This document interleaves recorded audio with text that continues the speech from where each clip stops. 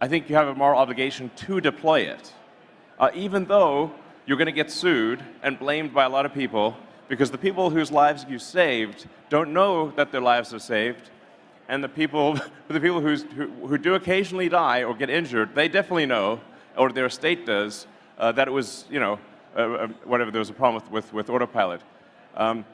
That's why you have to look at the numbers in sort of total miles driven, how many accidents occurred, how many accidents were serious, how many fatalities, and we've got well over 3 million cars on the road, so that's a lot of miles driven every day.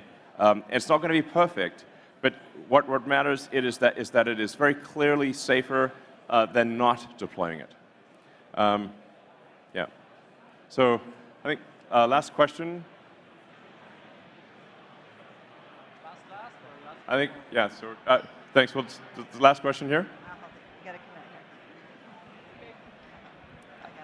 Okay. Yeah, I got it. Okay. Hi. So I do not work on hardware, so maybe the hardware team and you guys can enlighten me. Why is it required that there be symmetry in the design of Optimus? Because humans, we have handedness, right? We use some set of muscles more than others. Over time, there is wear and tear, right? So maybe you'll start to see some joint failures or some actuator failures more over time. I understand that this is extremely pre-stage. Also, we as humans have based so much fantasy and fiction over superhuman capabilities. Like, all of us don't want to walk right over there. We want to extend our arms, and like we have all these, Sure. A lot of fantastical designs. So considering everything else that is going on in terms of batteries and intensity of compute, maybe you can leverage all those aspects into coming up with something, well, I don't know, more interesting in terms of the robot that you're building. And I'm hoping you're able to explore those directions. Yeah, I mean, I think it would be cool to have, like, make Inspector Gadget real. That would be pretty sweet. So, yeah, I mean, right now we just want to make a basic humanoid work well, and our goal is fastest path to a useful humanoid robot. I think this will ground us in reality, literally, and ensure that we are doing something useful. Like, one of the hardest things to do is to be useful, to actually, and then to have high utility under the curve of, like, how many people did you help, and how much help did you provide to each person on average, and then how many people did you help? The total utility, like trying to actually ship useful product that people like to a large number of people is so insanely hard. It boggles the mind. That's why, like I said, like, man, there's a hell of a difference between a company that has shipped product and one that has not shipped product. This is night and day. And then even once you ship product, can you make the value of the output worth more than the cost of the input, which is, again, insanely difficult, especially with hardware.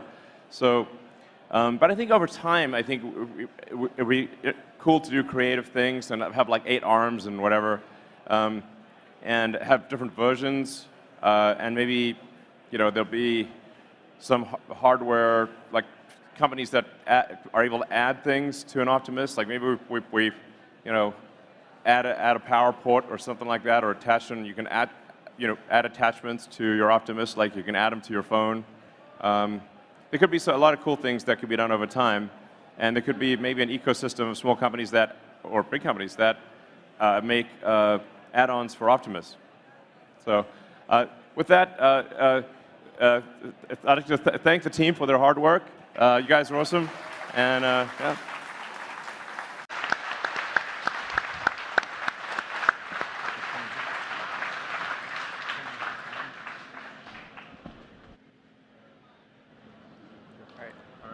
Let me know what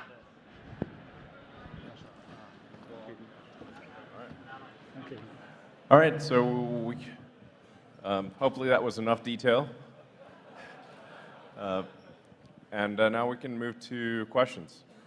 And guys, like I think the team can come out on stage and but we really wanted to show the depth and breadth of Tesla in artificial intelligence, compute hardware, robotics, actuators, and try to really shift the perception of the company away from, a lot of people think we're like just a car company or we make cool cars, whatever, but they don't have, most people have no idea that Tesla is arguably the leader in real-world AI hardware and software, and that we're building what is arguably the first, the most radical computer architecture since the Cray 1 supercomputer. And I think